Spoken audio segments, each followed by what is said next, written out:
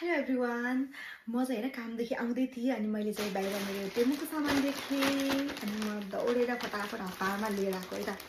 यो चाहिँ मेरो $0 टेमुबाट आएको सामान हो त। मैले ₹1 पनि तिरेन है। मैले $0 मैले सामानहरू पाएँ। यसमा 8वटा आइटम छ। ल हेरौँ है त के के छ।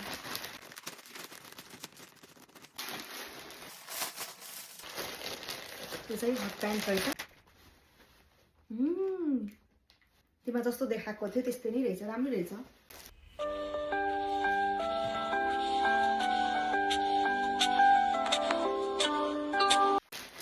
वान पिस टाइपमा नै हो। यसको डोरी भइहाल्यो अनि यो अगाडि यस्तो छ अनि पकेट पनि छ। यता यसको पकेट पनि छ। लगाएपछि राम्रो देखिन्छ होला।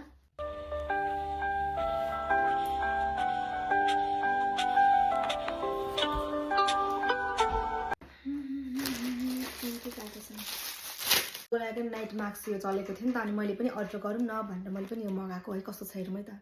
रिजल्ट म लगाएर भन्छु ल। यो चाहिँ लिपस्टिक छ है त। एकदम राम्रो कलर छ क्या लिपस्टिकको चाहिँ। मेरो पनि जहिले रबर हराउने क्या कपाल बान्दा एउटा नभेटिने अनि धेरै मगाएको योपालि।